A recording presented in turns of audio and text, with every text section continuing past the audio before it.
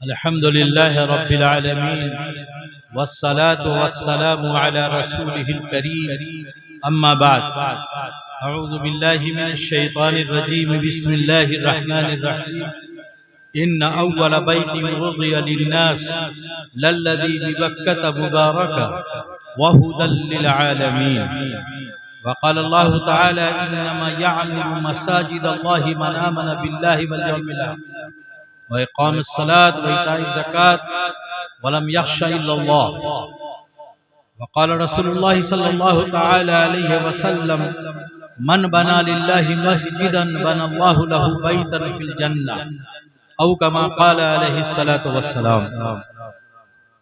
حضرات علماء کرام، بزرگان قوم و ملت، نوجوان دوستوں اور عزیز بچوں، اور جہاں تک آواز پہنچ رہی ہے ماؤں اور بہنوں،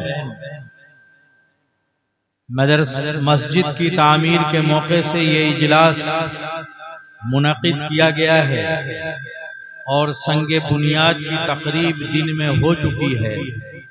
حضرت مولانا عبد المنان صاحب دامت برکاتہ اور حضرت مولانا محی الدین صاحب، حضرت مولانا اظہار الحق صاحب مظاہری دامت برکاتہم کے ہاتھوں اس کی بنیاد پڑ چکی۔ مسجد پر بہت تفصیلی گفتگو حضرت مولانا خالد حسین صاحب نے کیا، جو آپ کی جانی پہچانی شخصیت ہے، اور باتیں بہت ساری آگئی۔ میرے بھائی، ہر آدمی کو اس بات کی تلاش ہوتی ہے کہ اس کا نسب کیا ہے، اس کے باپ کا نام کیا ہے، اس کے دادا کا نام کیا ہے، اس کے پردادا کا نام کیا ہے، اس کا نسب کہاں تک پہنچتا ہے۔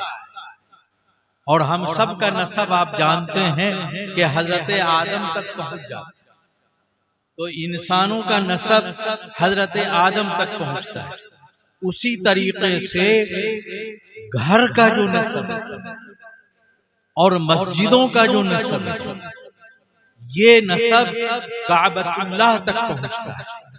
اللہ تعالیٰ نے قرآن کریم میں ارشاد فرمایا کہ روئے زمین پر سب سے پہلا گھر جو بنایا گیا، اور فرشتوں کے لیے نہیں، انسانوں کے لیے بنایا گیا، وہ گھر کعبۃ اللہ ہے۔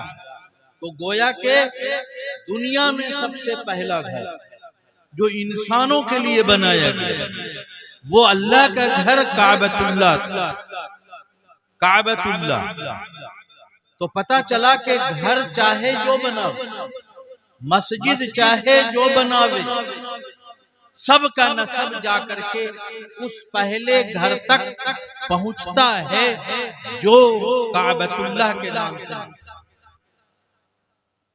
اور کعبۃ اللہ پر اللہ تعالیٰ کی جو رحمتیں اور اللہ تعالیٰ کی جو برکتیں نازل ہوتی ہیں، یہ رحمت اور برکت ہمارے گاؤں تک مسجد کے ذریعے پہنچا کرتا ہے۔ اسی لیے حکم یہ دیا گیا کہ کعبہ کی طرف رخ کر کے نماز پڑھیں، قبلہ کی طرف رخ کر کے نماز پڑھیں۔ جب اللہ تعالیٰ سب جگہ فرمایا فَأَيْنَمَا تَوَلُّوا فَثَمَّ وَجْهُ اللَّهِ، جس طرف بھی رخ کر لو اللہ ہے، لیکن حکم دیا گیا کہ اس بات کی پابندی کرو کہ جب نمازیں پڑھو تو تمہارا رخ قبلہ کی طرف ہونا چاہیے۔ کیوں ہونا چاہیے؟ اس لیے کہ روئے زمین کا پہلا گھر کعبۃ اللہ ہے، اور کعبۃ اللہ پر اللہ کی جتنی رحمتیں اور اللہ کی جتنی برکتیں نازل ہوتی ہیں، وہ ساری کی ساری مسجد کے واسطے سے ہوتے ہیں۔ جب نماز پڑھتی